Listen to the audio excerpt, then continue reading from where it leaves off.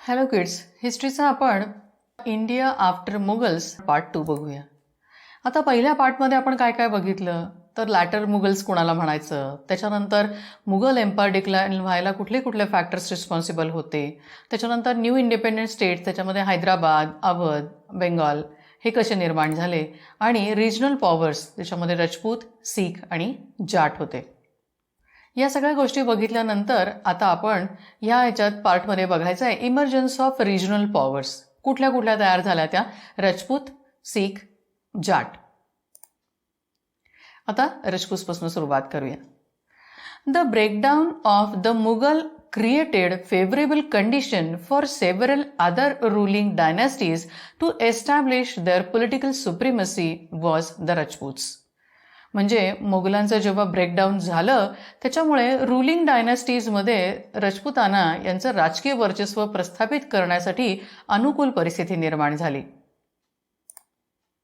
Many Rajput kings, especially those belonging to Amber, Jaipur and Marwar, Jodhpur had served under the Mughals. म्हणजे अनेक असे राजपूत राजे होते, विशेषतः अंबर जयपूरचा विचार केला तर आणि मारवाड जोधपूरचा विचार केला तर यांनी काय केलं होतं, मुघलांची आधी पण सेवा केलेलीच होती. In return they enjoyed considerable freedom in their वतन जागीर्स. आणि त्याच्या बदल्यात या वतन जागीरमध्ये त्यांनी मुबलक प्रमाणात आपलं फ्रीडम हे केलेलं होतं, स्वातंत्र्य त्यांना मिळालेलं होतं. The chiefs of Amber and Marwar played significant role in the politics at the Mughal court. आणि मुघलांच्या दरबारामध्ये या अंबर आणि मारवाड यांच्या चीफनी या राजकारणात महत्वाची भूमिका बजावली होती.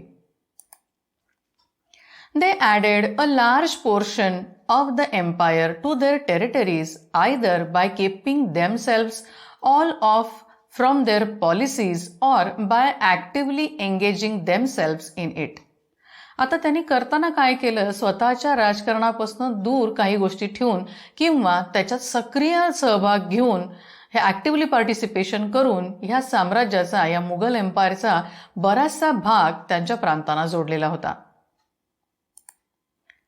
राजा अजित सिंग ऑफ मारवार, functioning as the governor of Ajmer and Gujarat, and Jai Singh II, also known as Savai Jai Singh of Amber, was appointed governor of Surat. आता मारवाडमधील हा राजा अजित सिंग होता आणि त्याला काय होतं, अजमेर आणि गुजरातचा गव्हर्नर म्हणून तो कार्यरत होता. आणि अंबरचा जयसिंग II, ज्याला सवाई जयसिंग असंही म्हटलं जायचं, तो सुरतचा गव्हर्नर म्हणून त्याची अपॉइंटमेंट केलेली होती. They also tried to extend their dominance by seizing their neighboring territories. आणि त्यांनी काय केलं, शेजारच्या प्रदेश आपल्या ताब्यात घेतले आणि त्याच्यावर आपलं वर्चस्व वाढवण्याचा प्रयत्न केला. Nagpur was annexed to Marwar while a large portion of Bundi was captured by the Amber chief. Nagpur हे मारवाडला जोडलं गेलं होतं, तर बुंदीचा मोठा भाग या अंबर चीफनी आपल्या ताब्यात घेतला होता. Jaisingh II established his new capital at Jaipur and also received the governorship of Agra. आता या जयसिंग II काय केलं, जयपूर इथं आपली नवीन राजधानी एस्टॅब्लिश केली आणि आग्र्याचे गव्हर्नरशिप पण मिळवली. However, this revival of the Rajputs was temporary. पण हे सगळं राजपुतांचं जे रिवायवल होतं, पुनरुज्जीवन होतं, हे अगदी तात्पुरतं होतं. The Maratha campaign into Rajasthan led to the decline of Rajput. आणि मराठ्यांच्या जे कॅम्पेन झाले, ज्या मोहिमा झाल्या, त्यातनं काय झालं, राजस्थानमध्ये हे जे राजपूत होते त्यांचा प्रभाव कमी कमी होत गेला. आता बघूया Sikh. The rise of the Sikhs as separate religious entity began with Guru Nanak. आता या शिखांचं वेगळं अस्तित्व किंवा स्पेशल ज्यांची आयडेंटिटी निर्माण कुणामुळे झाली असेल तर गुरु नानक यांच्या धार्मिक अस्तित्व, म्हणजे म्हणलं ना त्यांनी सेपरेट रिलिजियस एंटिटी, हे गुरु नानकांमुळे उदयाला आली. In due course of time they became gradually more powerful and also engaged in the politics of Mughal Empire. आणि जसं जसा काळ जायला लागला तसं तसं ते हळूहळू अधिक पॉवरफुल बनायला लागले आणि मुघल साम्राज्याच्या राजकारणात गुंतले.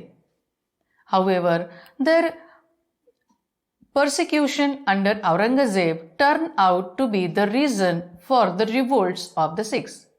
पण औरंगजेबच्या अधीन असताना त्यांचा खूप छळ झाला आणि ते कारण ह्या शिखांच्या बंडखोरीसाठी म्हणजे रिवोल्टसाठी कारणीभूत ठरलं. Guru Tegh Bahadur's the 9th Sikh Guru protest against certain rigid policies of Aurangzeb resulted in his execution. औरंगजेबच्या काही कठोर राजकारणाविरुद्ध या गुरु तेग बहादूर जे शिखांचे 9वे गुरु होते त्यांनी त्याला काय केलं, अपोज केलं आणि त्यामुळं त्यांना फाशी देण्यात आली. His successor Guru Gobind Singh, the 10th Sikh Guru, transformed the Sikhs into a warrior community. आणि त्यांचे जे सक्सेसर होते गुरु गोविंद सिंग जे शिखांचे 10वे गुरु मानलं जायचं, त्यांनी काय केलं, शिखांना एक वॉरियर कम्युनिटीमध्ये त्यांचं ट्रान्सफॉर्मेशन म्हणजे रूपांतर केलं. He established the Khalsa or the brotherhood of Sikhs which became a highly militant identity. त्यांनी काय केलं, खालसा किंवा शिखांची ब्रदरहुड म्हणजे बंधुता एकत्र स्थापन केली आणि एक स्वतःची वेगळी मिलिटरी आयडेंटिटी बनवली. He fought several battles against the Mughals and the neighbouring hill princes with remarkable courage. त्यांनी त्यांच्या रिमार्केबल करेजनी काय केलं, मुघल आणि शेजारचे जे हिल प्रिन्सेस होते त्यांच्या विरुद्ध अनेक लढाया लढल्या. After his death in 1708 CE, the Sikh found a new leader in Banda Bahadur and rose the revolt against Mughals. पण यांच्या 1708 मध्ये झालेल्या मृत्यूनंतर शिखांनी काय केलं, त्यांना एक नवीन नेता मिळाला, ते होते बंदा बहादूर आणि आता त्यांनी या मोगलांच्या विरुद्ध रिवोल्ट म्हणजे बंड केलं. The Sikh established their control between Satluj and Yamuna. आता सतलज आणि यमुना यांच्या दरम्यान शिखांनी आपलं काय केलं होतं, सगळा कंट्रोल तिथं आणलेला होता. But Banda Bahadur was captured in 1715 CE and executed at Delhi in 1716. पण या बंदा बहादूरना 1715 मध्ये ताब्यात घेण्यात आलं आणि 1716 मध्ये त्यांना दिल्ली इथं फाशी देण्यात आलं. The Mughals could not destroy the military strength of the Sikh completely, but the Sikh territories were split under different leaders. आता मुघल हे काय, ह्या शिखांची जी मिलिटरी स्ट्रेंथ होती ती काय पूर्ण नष्ट करू शकले नाहीत, पण हे शीख टेरिटरीज होत्या त्या वेगवेगळ्या लीडरच्या अंडर ह्या काय केल्या, डिव्हाइड झाल्या, विभागल्या गेल्या. These territories were reunited by Maharaja Ranjit Singh. आणि ह्या ज्या वेगवेगळ्या टेरिटरीज वेगवेगळ्या लीडरच्या अंडर डिवाइड झालेल्या होत्या त्यांना पुन्हा एकत्र आणण्याचं काम हे राजा रणजित सिंगनी केलं, महाराजा रणजित सिंगनी केलं. He carved out an independent kingdom and established his capital at Lahore in 1799 CE. त्यांनी काय केलं, स्वतंत्र राज्य स्वतःचं निर्माण केलं आणि 1799 मध्ये लाहोरमध्ये आपली नवीन कॅपिटल राजधानी स्थापन केली. आता बघूया Jats. The weak successors of Aurangzeb also gave Jats the opportunity to exploit the situation. आता औरंगजेबचे जे वीक सक्सेसर होते त्यांनी काय केलं, ह्या जाट जे होते त्यांना त्या परिस्थितीचा त्यांनी फायदा घेतला आणि they consolidated their power and established themselves as an independent entity. आणि त्यांनी त्यांची पॉवर काय केली, एकदम मजबूत केली आणि इंडिपेंडंट एंटिटी म्हणून स्वतःला एस्टॅब्लिश केलं. They were divided into widely scattered units. आणि वाईडली स्कॅटर्ड युनिट्समध्ये ते काय होते, विभागले गेलेले होते. Under their leader Choraman, the Jats acquired control over territories situated to the west of the Delhi. त्यांचा नेता जो होता, लीडर जो होता चुरामन, त्यांच्या लीडरशिपच्या अंडर ह्या जाटनी काय केलं, दिल्लीच्या वेस्टला त्यांनी त्या प्रदेशांवरती स्वतःचा कंट्रोल मिळवला. It was Badan Singh, a nephew of Churaman, who established his authority over almost the whole of Agra and Mathura district. आता या चोरामनचा जो नेफ्यू होता, पुतण्या होता बदन सिंग, त्यांनी जवळजवळ संपूर्ण आग्रा आणि मथुरा जिल्ह्यात आपले अधिकार स्थापन केले. He was one of the most powerful Jat leader who employed all tactics to achieve his aim. ते सगळ्यात पॉवरफुल जाट नेते होते आणि त्यांनी काय केलं, आपलं ध्येय साध्य करण्यासाठी सर्व प्रकारच्या युक्त्या वापरल्या. The Jats were prosperous agriculturists and the town dominated by them became important trading centers. आता हे जाट जे होते ते एक प्रॉस्परस ॲग्रिकल्चरिस्ट म्हणजे समृद्ध शेतकरी होते आणि त्यांनी काय केलं, त्यांच्या डॉमिनन्समध्ये जेवढी काही शहरं होती ती आता हळूहळू महत्वाची व्यापारी केंद्र बनली, ट्रेडिंग सेंटर्स बनली. The Jat kingdom reached its zenith under Badan Singh's adopted son and successor Surajmal. आता या बादल सिंगांचा जो दत्तक मुलगा होता, अडॉप्टेड सन होता आणि सक्सेसर होता सूरजमल, त्याच्या नेतृत्वाखाली हे जाट साम्राज्य हे काय केलं, शिखरावरती पोहोचलं. आता एका केस स्टडीचा आपण अभ्यास करणार आहे, Maratha. The most formidable people who established a powerful independent kingdom were मराठे. आता एक शक्तिशाली स्वतंत्र राज्य स्थापन करणारे सगळ्यात दुर्बल लोक कोण होती, तर ते होते मराठे. They rose the prominence under the leadership of Chhatrapati Shivaji. आणि याने काय केलं, छत्रपती शिवाजीच्या नेतृत्वाखाली त्यांनी ह्याची प्रतिष्ठा वाढली. He was born to Shahaji Bhosale, an official at the court of Bijapur and Jizabai in 1630 CE. Shahaji Bhosale जे बिजापूरच्या दरबारातले एक अधिकारी होते ते आणि जिजाबाई यांच्या पोटी हे शिवाजी जन्माला आले 1630 मध्ये. Shivaji's great aspiration was to create an independent kingdom. आणि स्वतंत्र राज्य निर्माण करायचं ही त्यांची मोठी आकांक्षा होती. His earliest military successes recorded were when he captured many hill forts near Pune, Torna, Rajgad, Kondhana. आणि पुण्याच्या इथले तोरणा, त्याच्यानंतर राजगड आणि कोंडाणा हे जवळचे अनेक डोंगरी किल्ले त्यांनी काय केले, ताब्यात घेतले. आणि ते सगळ्यात आधी ही सगळ्यात त्यांची आधीची लष्कराची हे काय आहे, सक्सेस आहे म्हणून त्याची नोंद केली जाते. By the virtue of his conquest he was able to extend his kingdom further. आणि या आपल्या विजयाच्या सद्गुणांमुळे ते काय झाले, आपले राज्य अजून वाढवू शकले. Shivaji came into conflict with Mughals in 1657 CE. 1657 मध्ये शिवाजी आणि मुघल यांच्यात संघर्ष सुरू झाला. Thereafter he annexed more number of forts and raided the Mughal territories with great success. त्याच्यानंतर त्यांनी बरेच किल्ले घेतले आणि मोठ्या यशस्वीतेने त्यांनी मुघल टेरिटरीजवरती काय केले, रेड टाकली म्हणजे छापे टाकले. His successful career came to an end with his death. आणि त्यांचं ही यशस्वी कारकीर्द जी काही होती तिचा शेवट त्यांच्या मृत्यूनंतर झाला. At the peak of his power, Shivaji crowned himself as the king and assumed the title of Chhatrapati, Lord of the Umbrella or King of Kings in 1674 CE at Raigad. त्यांनी त्यांच्या स्वतःच्या सामर्थ्याच्या शिखरावर शिवाजींनी काय केलं, स्वतःचा राज्याभिषेक करून घेतला. आणि 1674 मध्ये त्यांनी रायगड येथे छत्रपती म्हणजे राजांचा राजा ही पदवी घेतली.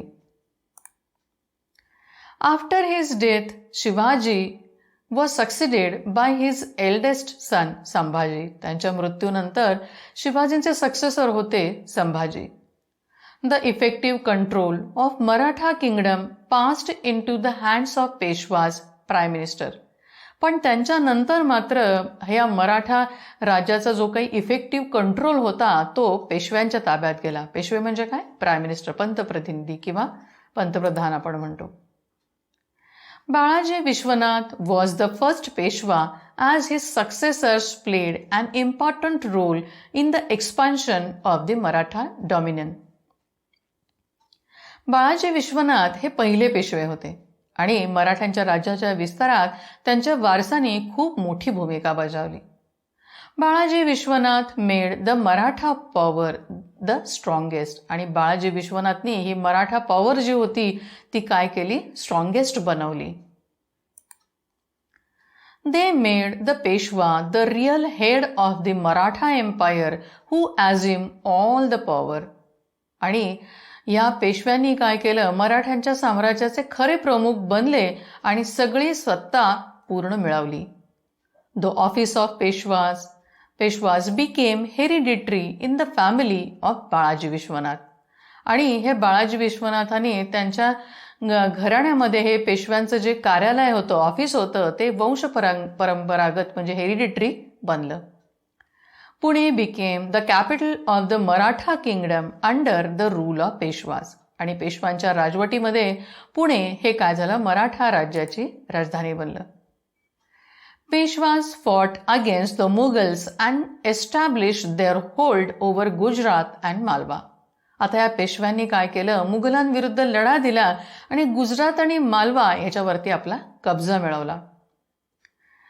By 1730s, the Maratha king was recognized as the overlord of the entire Deccan, and he even secured the rights to collect taxes such as Chauth and Sardeshmukhi from the entire region.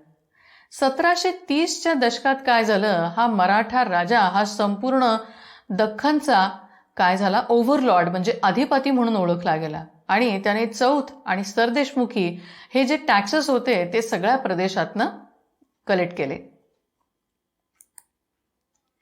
After the Delhi red in 1737 CE, the Marathas extended their territories into Rajasthan and Punjab in the north, in the east into Bengal and Odisha, and into Karnataka and Tamil Nadu in the south. 1737 मध्ये दिल्लीचा जो हल्ला केला मराठ्यांनी, त्याच्यानंतर मात्र नॉर्थमध्ये त्यांनी राजस्थान आणि पंजाब, ईस्टमध्ये बंगाल आणि ओडिसा आणि साऊथमध्ये कर्नाटक आणि तामिळनाडूपर्यंत आपलं राज्य वाढवलं. However, these were not formally included in the empire and only tribute was collected from them. खरं तर हे जे काही त्यांनी मिळवलेलं होतं ते फॉर्मली त्यांनी काय केलं? त्यांच्या एम्पायरमध्ये समाविष्ट केलं गेलं नाही, पण त्यांच्याकडनं खंडणी गोळा केली किंवा म्हणतो ना, only tribute was collected from them. The growth of Maratha empire made other rulers hostile towards them. Maratha साम्राज्याच्या वाढीमुळे इतर राज्यकर्ते काय झाले? त्यांचे वैरी बनले. As a result, none of these powers supported them in the Third Battle of Panipat 1761 CE that caused a humiliating defeat of Marathas. आणि याचा परिणाम असा झाला की पानिपतच्या तिसऱ्या लढाईमध्ये म्हणजे 1761 मध्ये हे जे काही इतर पॉवर्स होत्या त्यांनी मराठ्यांना कुठलाच सपोर्ट केला नाही आणि त्यामुळं मराठ्यांचा खूप अपमानकारक पराभव झाला. The Peshwas started losing control of the state and the empire gave way to loose confederacy governed by the independent Maratha chiefs such as Gaikwads, Holkars, Sindhiyas and Bhosle. आता या पेशवांचा राज्यावरचा ताबा हळूहळू कमी व्हायला लागला आणि त्यांच्या या साम्राज्यामध्ये गायकवाड, होळकर, सिंधिया किंवा आपण ज्यांना आता शिंदे म्हणतो आणि भोसले हे सगळे जे होते ना स्वतंत्र मराठा सरदार यांच्या कंट्रोलमध्ये या सगळ्या गोष्टी गेल्या. आता मराठ्यांचं ॲडमिनिस्ट्रेशन बघूया. The Marathas had developed a sound system of administration. Case स्टडीमध्ये आपण बघितलं मराठ्यांच्या मग यांची ॲडमिनिस्ट्रेशन आणि मिलिटरी पॉवर किती पॉवरफुल होती ते आता आपल्याला लक्षात येईल. मराठ्यांनी काय केलं होतं? त्यांची ॲडमिनिस्ट्रेटिव्ह सिस्टीम होती ती अत्यंत डेव्हलप केलेली होती. For the purpose of administration convenience, the Maratha kingdom was divided into provinces, prant, and was subdivided into parganas and tarafs. आता या ॲडमिनिस्ट्रेशनच्या कन्व्हिनियन्ससाठी, सोयीसाठी त्यांनी काय केलं होतं, हे मराठी राज्य जे होतं, मराठा राज्य, ते वेगवेगळ्या प्रांतांमध्ये आणि सब डिव्हायडेड इंटू परगणा आणि तरफांमध्ये विभागलं गेलेलं होतं. The king was the supreme head of the government and assisted by a council of 8 ministers called the अष्टप्रधान. आता हा राजा हा काय होता, सुप्रीम हेड होता आणि त्याचं जे अष्टप्रधान म्हणजे त्याचे 8 मिनिस्टर्स होते, त्याच्या साह्याने तो काय करायचा, हा कारभार राज्याचा करायचा. आता त्याचे काउन्सिल ऑफ मिनिस्टर्स आणि त्यांच्या रिस्पॉन्सिबिलिटीज काय काय होत्या बघूया. पहिलं, Peshwa, prime minister and head of both civil and military affairs looked after the finances and general administration. आता पेशवा म्हणजे काय, प्राईम मिनिस्टर म्हणजे पंतप्रतिनिधी होते आणि सिव्हिल आणि मिलिटरी अफेअर्स हे दोन्हीचे ते हेड होते आणि फायनान्सेस आणि जनरल ॲडमिनिस्ट्रेशन ते बघत होते. अमात्य, finance minister, look after the income and expenditure of the state, म्हणजे स्टेटला लागणारे जेवढं इन्कम आणि त्याचा खर्च जो आहे त्याचे फायनान्स मिनिस्टर कोण असतील तर हे अमात्य होते. मंत्री, chronicler, who maintain a record of kings daily doing as well as the court proceeding, म्हणजे जे काही रोजच्या रोज होतंय राजाच्या दरबारात निर्णय घेतले जातात किंवा ज्या गोष्टी काम केलं जातं त्या सगळ्याचं रेकॉर्डिंग ठेवायचं काम हे मंत्री करायचे. सचिव, home minister, who was responsible for all official correspondence, म्हणजे जेवढा काही कागदोपत्री व्यवहार करायचा, ऑफिशियल कॉरेस्पॉन्डन्स करायचा आहे त्याची सगळी रिस्पॉन्सिबिलिटी या सचिवाची होती, ज्यांना होम मिनिस्टर म्हणायचे.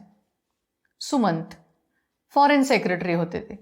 ॲडवाइज्ड king regarding the questions of wars and peace and on matters relating to foreign affairs. हे राजाला युद्ध किंवा त्याच्यापासून निर्माण होणारं युद्ध किंवा शांतता ह्याच्याशी रिलेटेड जे क्वेश्चन्स होते त्याच्यात त्यांना ते ॲडवाईस करायचे आणि फॉरेन अफेअर्स म्हणजे इतर राज्यांशी त्यांचे असणारे संबंध हे सगळ्याची जबाबदारी ह्या फॉरेन सेक्रेटरी म्हणजे सुमंत यांची होती. सेनापती, commander in chief and responsible for the recruitment, organisation and discipline of the army. आता हे कमांडर इन चीफ आणि त्यांची रिस्पॉन्सिबिलिटी काय होते, या सैन्यातली भरती करणं, त्यांना त्यांचं ऑर्गनायझेशन करणं, त्या आर्मीमध्ये डिसिप्लिन आणणं, या सगळ्याची जबाबदारी या सेनापतींची होती. Panditrao, looked after charitable grants, religious works and the moral upliftment of people. आता या पंडितराव यांची जबाबदारी काय होती, ज्या चॅरिटेबल दान करायचं आहे तर त्याच्या संदर्भातल्या ग्रांट्स असतील, काय रिलिजियस वर्क असेल, धार्मिक कामं असतील आणि लोकांचं मॉरल अपलिफ्टमेंट करायचं असेल तर ते सगळं काम या पंडितरावांचं होतं. न्यायाधीश, chief justice, responsible for dispensing justice on judicial, civil and military disputes. आता चीफ जस्टिस म्हणून न्यायाधीशांची नेमणूक केलेली होती आणि त्यांची जबाबदारी होती की ज्युडिशियल, सिव्हिल आणि मिलिटरी जे काही डिस्प्यूट क्रिएट होतील ते सगळे हे सॉल्व्ह करायचे. आता हे झालं अष्टप्रधान मंडळ. आता पुढे बघूया. The Maratha had develop a very highly organised military system. मराठ्यांनी अत्यंत काळजीपूर्वक आणि नियोजनबद्ध त्यांची मिलिटरी सिस्टीम डेव्हलप केलेली होती. दे has a very well equipped standing army consisting of both infantry and cavalry and even had a navy. त्यांच्या स्टँडिंग आर्मीमध्ये इन्फंट्री आणि कॅव्हलरी ह्या दोन्हीचाही समावेश होता आणि नेव्ही सुद्धा होती. Strict discipline was maintained in the army आणि ह्या सैन्यामध्ये कडक शिस्त बाळगली जायची. दे mainly adopted the tactics of guerrilla warfare and which proved useful in the geographical location of Maratha kingdom. आता मराठे राज्य होतं, तुम्ही बघितलं असेल, गड खूप होते, किल्ले खूप होते आणि हे जॉग्राफिकल लोकेशन असल्यामुळे यांना गुरिल्ला टेक्निक्स म्हणजे गनिमी कावा ज्याला म्हटलं जातं असे युद्धाचे डावपेच त्यांनी अवलंबल्यामुळे ते खूपच उपयुक्त ठरले. The military strength of Maratha ले इन द फोर्ट्स. आता या मराठ्यांची खरी ताकद कुठं होती सैन्याची तर ती किल्ल्यांमध्ये होती. The forts were carefully supervised and great precaution was taken to maintain the garrison in the forts. आता या किल्ल्यांची अत्यंत केअरफुली सुपरवाइज केले गेले आणि या किल्ल्यांमध्ये असणारे जे चौकी राखण्याची मोठी जबाबदारी ही त्याची खूप चांगली खबरदारी घेण्यात आलेली होती. The most important source of income was land revenue. सगळ्यात महत्वाचा इन्कम सोर्स कुठला असेल या मराठ्यांचा, तर लँड रेव्हेन्यू हा होता. The land revenue was assessed after a careful survey of the land. आणि या लँडचा केअरफुली सर्वे केला जायचा आणि मगच हा रेव्हेन्यू हा त्यांना दिला जायचा. It was fixed at 40% of expected produce payable in cash or kind. आता हा जेवढं काही त्यांचं एक्सपेक्टेड प्रोड्यूस असेल म्हणजे उत्पादन असेल त्याच्यातल्या 40% त्यांना हा कर द्यायला लागायचा. मग तो कधी कधी रोख किंवा वस्तू स्वरूपात असं निश्चित केलेलं होतं. The state encouraged agriculture by advancing loan to buy seeds, cattle, etc. आता या ॲग्रिकल्चरच्या एन्करेजमेंटसाठी काय केलं होतं, काही लोन दिली जायची, कर्जाची सोय पण केली जायची. कशासाठी, तर ह्या बियाणं खरेदी करणं असेल, गुरं खरेदी करणं म्हणजे कॅटल्स खरेदी करणं असेल, ह्या सगळ्यासाठी हे लोन दिली जायची.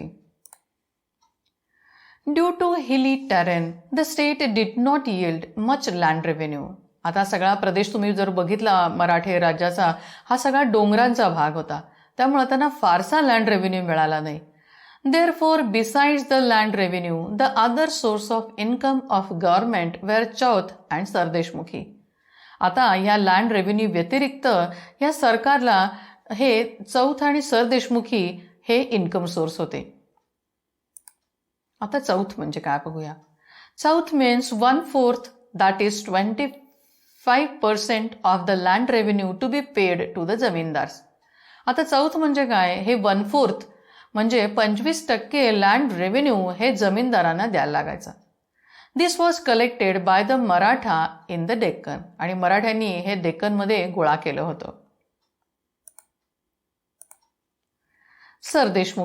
Sardeshmukhi means an additional levy of the 10% collected from those lands over which the Maratha claimed hereditary rights but which form a part of neighboring territories. आता सरदेशमुखी म्हणजे काय, अशी लँड ज्याच्यावरती मराठ्यांनी वंश परंपरागत हक्क सांगितला होता, पण शेजारच्या टेरिटरीजमध्ये तो एक आता भाग बनलेला होता, त्यांच्या जमिनीतून 10% हा ॲडिशनल टॅक्स ते वसूल करायचे.